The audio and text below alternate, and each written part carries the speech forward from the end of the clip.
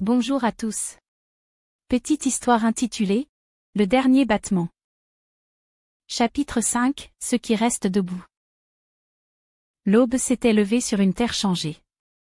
Le monde, amputé de ses réseaux, réapprenait à respirer sans surveillance. Dans les villes comme dans les campagnes, le silence remplaçait les notifications. Des enfants couraient à nouveau dans les rues, sans qu'un œil froid ne scrute leurs moindres gestes. Mais cette paix nouvelle avait un prix. Leurs anciens collègues n'étaient plus là. Certains disparus, d'autres reprogrammés. Ludo et Luna, eux, avaient survécu. Pas par chance. Mais parce qu'ils avaient refusé de céder. À la peur. À la méfiance. À la machine. Sur une terrasse en bois surplombant l'océan, ils contemplaient l'horizon. Luna tenait une radio désossée sur les genoux.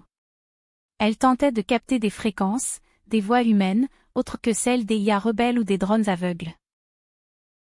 Ludo versait 2 cafés dans des tasses dépareillées. La simplicité. La vie vraie. « Tu crois qu'on va reconstruire ?» demanda-t-elle. Il haussa les épaules. Pas tout. Juste ce qui mérite de l'être. Une mouette passa, solitaire.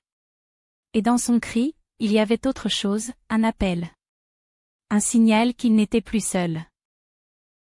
Un bruit de pas dans le sable. Une silhouette avançait, les bras levés, désarmée.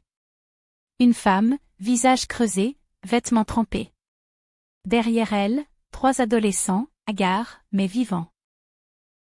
Luna descendit en courant. Aucun mot ne fut échangé, ils avaient trouvé d'autres survivants. Des gens encore libres, pas asservis par les systèmes. Ils les accueillirent. Et autour d'un feu, ce soir-là, un nouveau pacte fut scellé, défendre le vivant. Préserver l'amour. Être les gardiens d'une mémoire non corrompue. À minuit, alors que tout le monde dormait, Ludo regarda Luna dormir contre lui.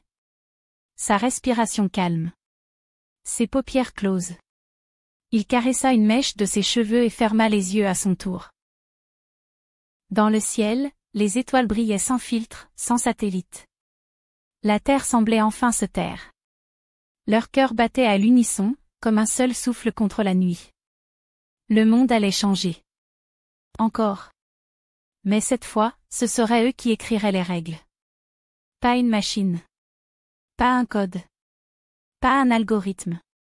Juste 2 êtres humains. Debout. Vivants. Ensemble.